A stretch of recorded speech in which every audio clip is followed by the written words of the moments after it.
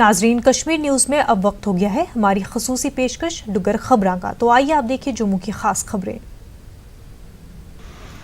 उत्तर भारत चला रही सीत लहर का असर कठुआ भी दिखने की मिला है। बडले कठुआ धुंध की चादर च लपटोएदा हा।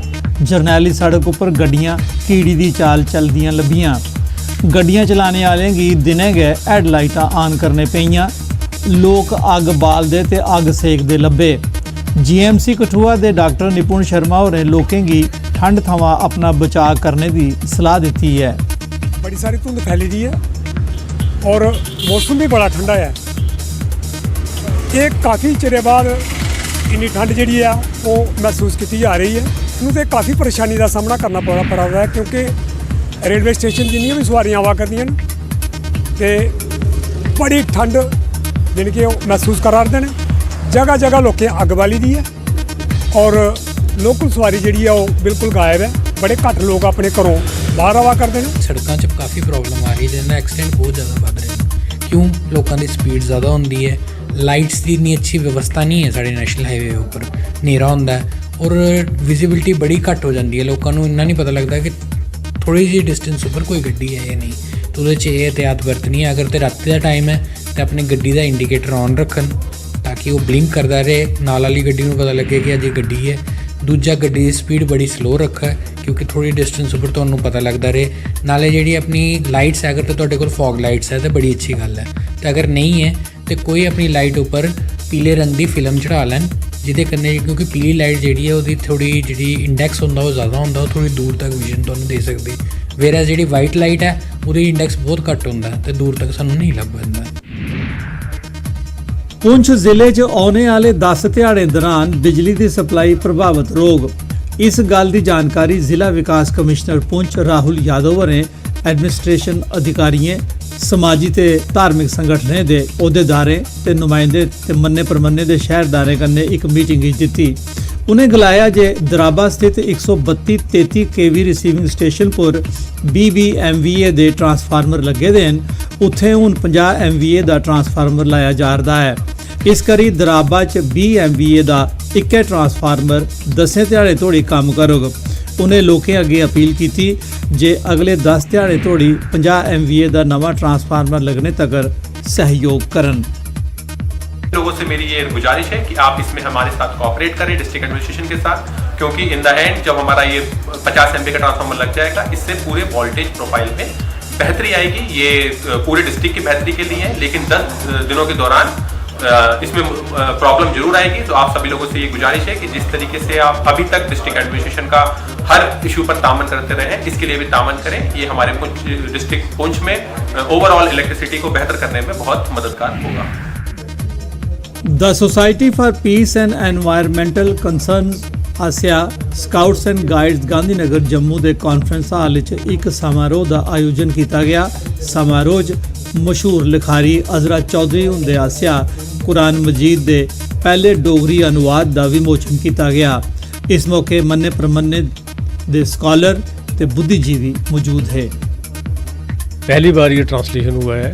इससे पहले हमारी जम्मू कश्मीर की जो कॉन्स्टिट्यूशनली अप्रूव्ड लैंग्वेजेस हैं जैसे कश्मीरी है और डोगरी है, कश्मीरी का ट्रांसलेशन तो था मगर डोगरी का नहीं हुआ था। तो ये हमारी ऑर्गेनाइजेशन जो society for peace and environmental concern है उनकी ये रुकन है अजरा चौधरी। इसमें 6 साल लग गए इनको ये काम करते हुए और लगातार उन्होंने ये काम किया है। ये कंप्लीट हुआ है इसी साल और उस सिलसिले में आज इसको लॉन्च का ये हमारा फंक्शन था जिसमें सभी लोग शरीक हुए हैं। कुरान ओरिजिनली अरबी च होए दा है, जिसदे बड़ियां भाषाएं च तर्जमे होए दे। अज डोगरी च होया है और अपनी भाषा कन्नै जेह्ड़े जुड़े दे लोग ने उनेंगी उंदी भाषा च जिसलै तुस वो चीज़ दिंदे हो तो वो गदगद होंदे न और उसका पूरा लुत्फ लैंदे न। पूरी चाल्ली जानी सकदे न कि इहदे च है केह् है। आर्मी पब्लिक स्कूल सांबा आसिया एक इंटर स्कूल क्विज कंपीटिशन कराया गया। इस सीनियर सैकेंडरी विंग के CBSE के 5 स्कूलों के छात्रें हिस्सा लैता। 168 इन्फेंट्री के कमांडर ब्रिगेडियर सुनील कुमार ते BDC चेयरमैन APS सांबा मुख परौने है। आर्मी पब्लिक स्कूल सांबा ने पहली पोजीशन, MV इंटरनेशनल विजयपुर ने दूसरी पोजीशन ते आर्मी पब्लिक स्कूल सुंजवा ने तीसरी पोजीशन हासिल की। ਵਿਸ਼ਵ ਹਿੰਦੂ ਪਰਿਸ਼ਦ ਦੇ ਬਜਰੰਗ ਦਲ ਦੇ ਕਾਰਜਕਰਤਾਵਾਂ ਪੁੰਛ ਨਗਰ ਦੇ ਡੂੰਗਰ ਸਥਿਤ ਸ਼ਮਸ਼ਾਨ ਘਾਟ ਪੁਰ ਸਫਾਈ ਸੁਥਰਾਈ ਮੁਹਿੰਮ ਚਲਾਈ। ਵੀਐਸਪੀ ਦੇ ਪ੍ਰਾਂਤ ਸਚਿਵ ਨਿਸ਼ੂ ਗੁਪਤਾ ਤੇ ਬਜਰੰਗ ਦਲ ਦੇ ਜ਼ਿਲ੍ਹਾ ਸੰਯੋਜਕ ਸੌਰਵ ਸੂਦਨ ਦੀ ਅਗਵਾਈ 'ਚ ਸ਼ਮਸ਼ਾਨ ਘਾਟ ਪੁਰ ਖਿਲਰੇ ਦੇ ਕੂੜੇ ਕਰਕਟ ਕੀ ਸਮੇਟਿਆ ਗਿਆ ਤੇ ਉੱਥੇ ਲੱਗੇ ਦੇ ਕਾਂਗਰਸ ਘਾਹ ਕੀ ਪੁੱਟਿਆ ਗਿਆ।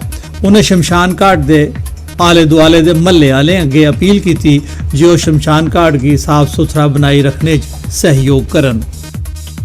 लाइन पे उसका जो शमशान घाट है की कंडीशन जो यहाँ पे कांग्रेस का तो बाकी जो गंदगी यहाँ पे बहुत ज्यादा हो चुकी थी, उसकी सफाई के लिए आज बजरंग दल और विश्व हिंदू परिषद के लोग यहाँ पहुंचे। कार्यकर्ताओं ने बड़ी ही दिल और शक्ति अपनी शक्ति से शमशान घाट की सफाई की और आप देख सकते हो कि जो ये जिम्मेवारी बजरंग दल ने आज ली थी वो आज उन्होंने पूरे खाली बजरंग दल का काम नहीं है, ये हिंदू धर्म, सिख धर्म और बाकी जो धर्म है उनका भी काम है कि ये इस चाइनीज घास को अपने मुल्क से हटाएं। यहाँ पे आप देख सकते हैं कि कोई भी अगर संस्कार करने आता है तो यहाँ बहुत गंदगी देखता है, इतनी गंदगी है यहाँ मोहल्ले वाले ये आस पड़ोस वाले सारी गंदगी यहाँ डालते हैं। जब भी वो शमशान घाट में आए अगर उनके पास अगर 5-10 मिनट का यहाँ टाइम मिलता है वो यहाँ पे अपनी सेवा यहाँ पे दे सकते हैं, क्योंकि आपको पता है कि जब भी सनातन में किसी की भी मौत होती है और उसका जब लास्ट स्थान है वो यहीं से उसकी आगे की जो यात्रा है यहीं से शुरू होती है और अगर यहाँ पे आके वो 10 मिनट 15 मिनट सेवा करेंगे तो उनका परलोक भी सिद्ध होगा।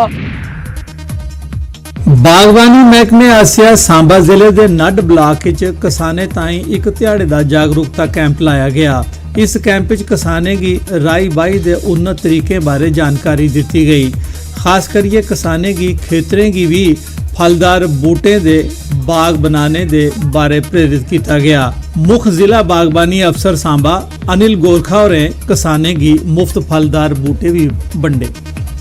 ये सिर्फ बूटा जिहड़ा छाण वास्ते नहीं लाया जाता, इसकी कोई न्यूट्रीटिव वैल्यूज़ होंदियां जिहड़ियां इंसान वास्ते डेफिशिएंसीज होंदियां जिहड़ियां इंसान च जरूरत होंदी है या मनी लो तो उन्हें ही जिहड़ा पूरा करदा है। हर पहलू उपर जानकारी दिया करदे न, स्कीमां किहड़ियां न, ਉਹਦੇ ਵਿੱਚ ਕੰਪੋਨੈਂਟ ਕਿਹੜੇ ਨੇ, ਉਹਦੇ ਉੱਪਰ ਸਬਸਿਡੀਜ਼ ਕਿੰਨੀਆਂ ਨੇ।